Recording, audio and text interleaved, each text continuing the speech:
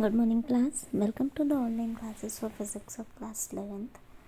In the previous videos we have started the chapter that is mechanical properties of the fluids, in which we have seen about the Pascal's law. What was the Pascal's law? That the pressure exerted by the liquid at any surface in that is equal in all the directions, okay? And if the pressure in a fluid at rest is same at all the points, if we talk about in the rest condition, okay? So change in pressure that is applied to the liquid is almost transferred to every point of the fluid and even to the walls of that vessel that you are containing this water that is poured in it.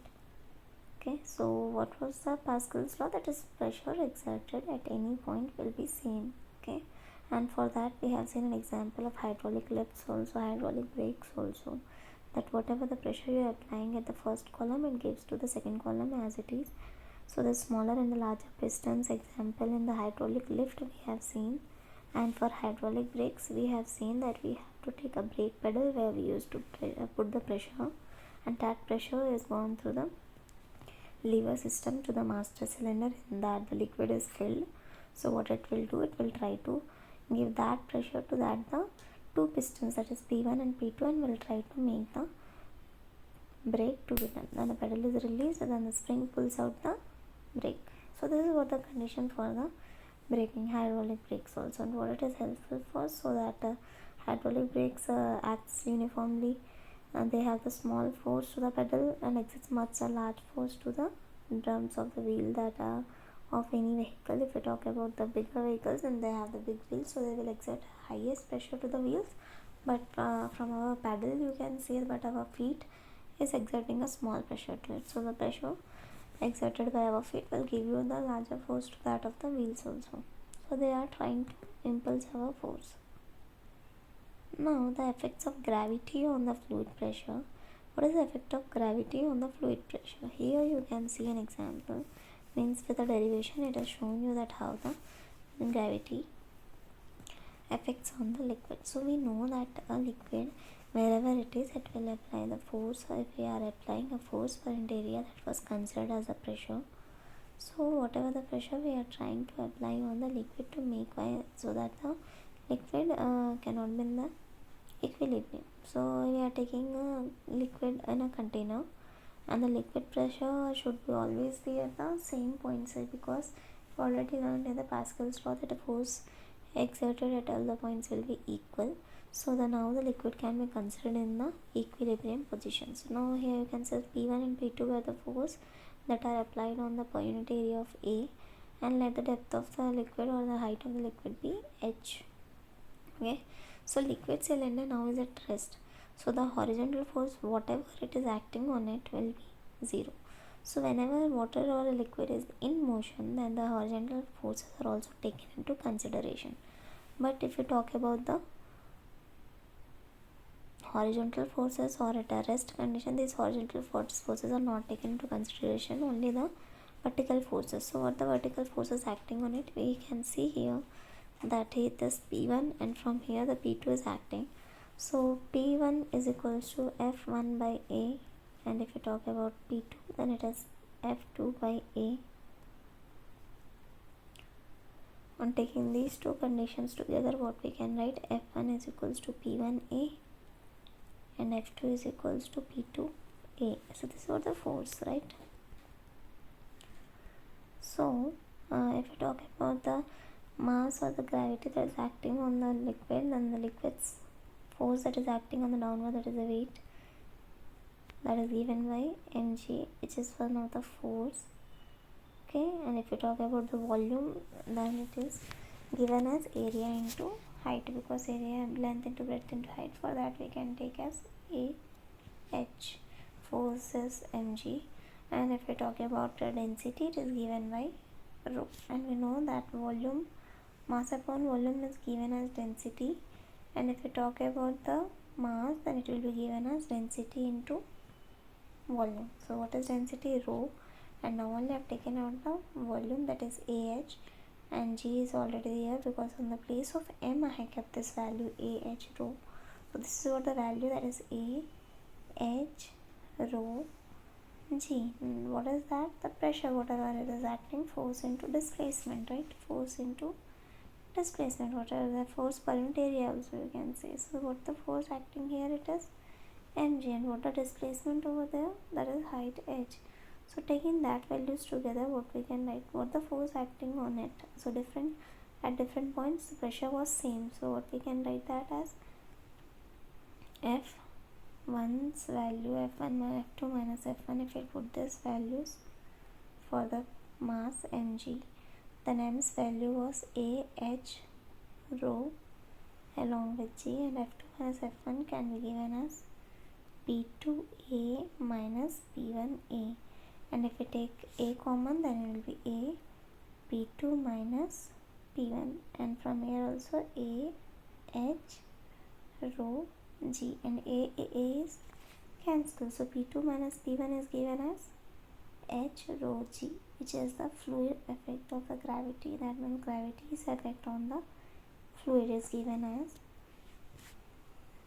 P2 minus P1 is equals to H rho G. If we talk about P2 minus P1, if pressure P2 is here and P1 is here, if we take the value of P1 as an atmospheric pressure, if atmosphere is taken into consideration, it will be PA, and this minus PA will come as plus PA, PA plus H rho G. It is also given as like this, but if we talk about different gravity's effect on the liquid, so normally we use this formula a lot, that is H rho G.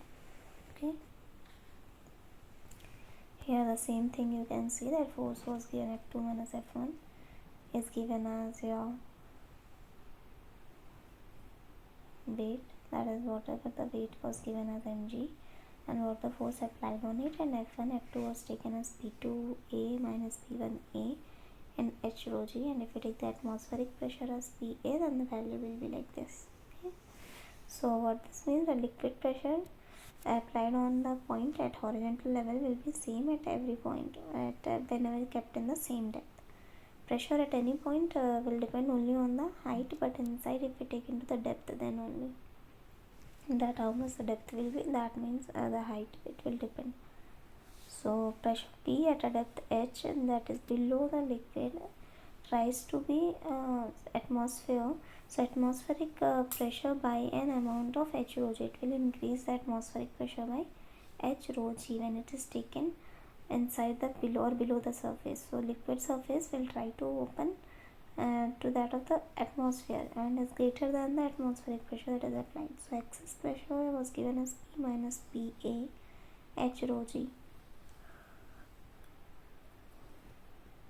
So pressure does not depend on the area, so it only depends on the shape of the vessel, its height, and the force of it, that is pressures depending it on.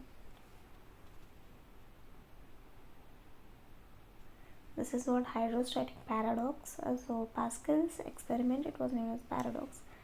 It was told that the pressure exerted by the liquid depends only on the height of the liquid, that means column height. It depends only on the column height but not on the containing vessel's shape. So it does not depend on the shape but depends on the height. So he took an experiment like this, that of different heights he took, but he came to know that each disc was connected to a pressure meter, so that the three vessels are filled with the same liquid and up to the same height, and you can measure the pressures at different shapes of container in that pressure gauge.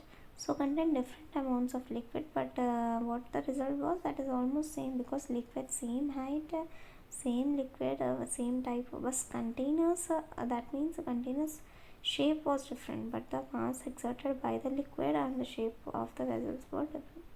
So what we can say, that apparently the result came that all the pressures were same due to that different shapes of vessels also, but the liquid filled in it was of same quality and was kept of the same pressure. And if we talk about the same height also, column height, so it does not depend on the what we have seen, that it does not depend on the shape of the vessel but it depends on the height. Okay, if we talk about atmospheric pressure, we know that different gases blankets are there, air blankets are there around the earth. So pressure exerted by the atmosphere is called atmospheric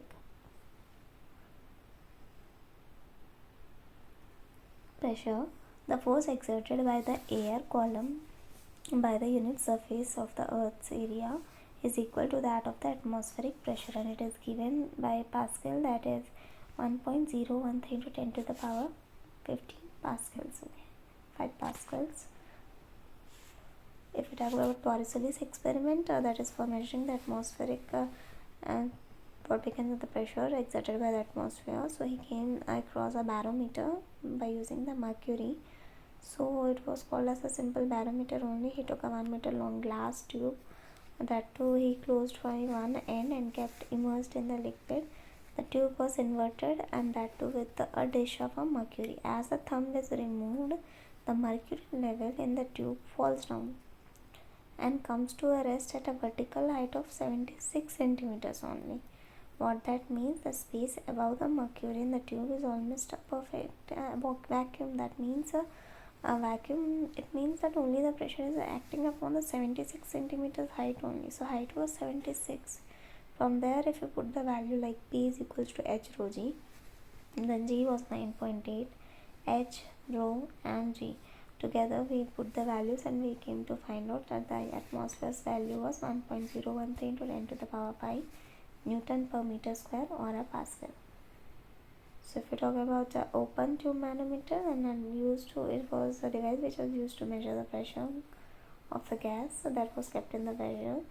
Here you can see the diagram, that is a manometer. It was a U-shaped container, you can see, where the liquid was filled, and one of the end was open to the atmosphere. Like here you can see that C point, that is open to the atmosphere, and the other end is connected to the vessel, that is P point. Here you can see it connected to the vessel, and total pressure of the gas was equal to that, that atmospheric pressure, and together with the gravity's effect on the fluid, that is H rho G. So from there what we came to find that actual pressure, or in total pressure, absolute pressure we can say, because total actual pressure acting at a point P is given as an absolute pressure. So gauge pressure is proportional to H only. Okay. So many pressure measuring devices directly measure the gauge pressure. This includes a tire pressure gauge also, blood pressure gauge also, which was given as sphygmomanometers.